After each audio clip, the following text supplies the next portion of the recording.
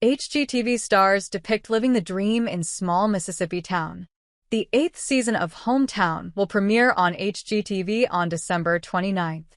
Hometown TV show stars Ben and Erin Napier are living the dream in Mississippi and want others to know the truth about residing in a small town, in their Laurel, Mississippi, home. The couple are raising a family and restoring historic houses with found materials and old textiles. People just have it in their mind what it is to live in a small town, and what it isn't, Erin Napier told Fox News on December 19th. I hope that the more you watch Hometown, the more you see that you can live the dream. Home and Garden TV HGTV premiered Hometown in 2016 and will launch its 8th season on December 29th.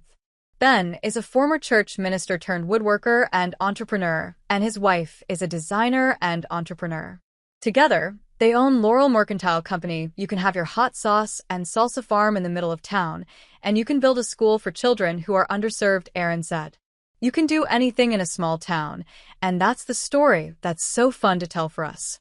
In addition to a business and TV show, Erin and Ben share 2 daughters, Helen, 6, and May, 3, on her Instagram account.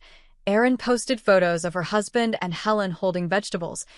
"I'm into fall and winter gardens," she wrote on December 19th, while also promoting a planting calendar. "We've never been parents before," Erin added.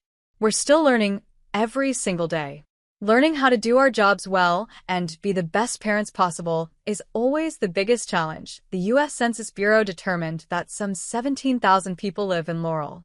Celebrities such as Lance Bass, Leontine Price, and Parker Posey were born there, and Realtor.com lists the median home price at $205,000. The Napiers depiction resonates because it captures both the charm and the substance of small-town life. Financial planner Tyler Meyer told the Epoch Times on December 20. Meyer lives in Kingman, Kansas, which is also a small town consisting of some 2,890 people, according to the U.S. Census Bureau. "It's the kind of place where you feel safe, your kids can roam freely, and neighbors are genuinely invested in each other's lives," Meyer added. "I get an immense amount of joy watching all the neighborhood kids congregate in my backyard to play a football game." Allison Austin, 56, who recently relocated from San Diego to Wells, Maine, and watches Hometown faithfully, said that by living in Laurel, Ben and Erin Napier are shedding light on the beauty of community, tradition, and a more relaxed way of living. "The way they have revitalized Laurel truly showcases what makes towns in America so special," Austin told the Epoch Times on December 20th.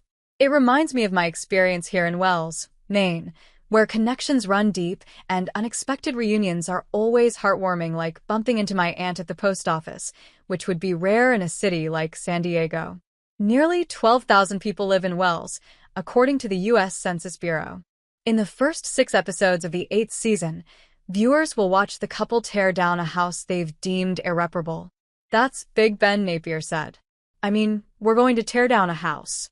There is a house that we thought we could fix." Laurel is listed on the National Register of Historic Places. Historic homes were built in Laurel between 1899 and 1910 during the city's timber era, which began in 1893 and ended in about 1937. Houses in such locations may be older with underlying structural issues, obsolete systems, or even environmental hazards that one can't fathom, Florida realtor Alexei Morgado told the Epoch Times on December 20th. Small-town markets can periodically draw in purchasers looking for low-cost houses. However, these purchasers frequently grossly miscalculate the actual cost of the necessary repairs. For most home buyers, it is advisable to request an inspection, especially on older houses. The bad foundation, particularly if it is a slab, is the most likely item that would result in a house actually needing to be torn down, but I have seen a lot of bad foundations be fixed over the years that didn't result in a teardown. Houston-based Brilliant Day Homes owner Kevin Vizazada told the Epoch Times on December 20. Demolition, however, can be costly. For example, in small towns, demolition can cost up to $25,000, and that's not including disposal fees, environmental requirements, and the price of municipal permits, environmental assessments, and utility disconnections. According to Own Condo managing partner Kenneth Yim, small-town regulations can actually be stricter than cities regarding demolition, especially in historic areas, Yim told the Epoch Times on December 20th. Always get a comprehensive inspection before purchasing. Bring a contractor to viewings to spot potential issues early. Research local building codes and permit requirements carefully.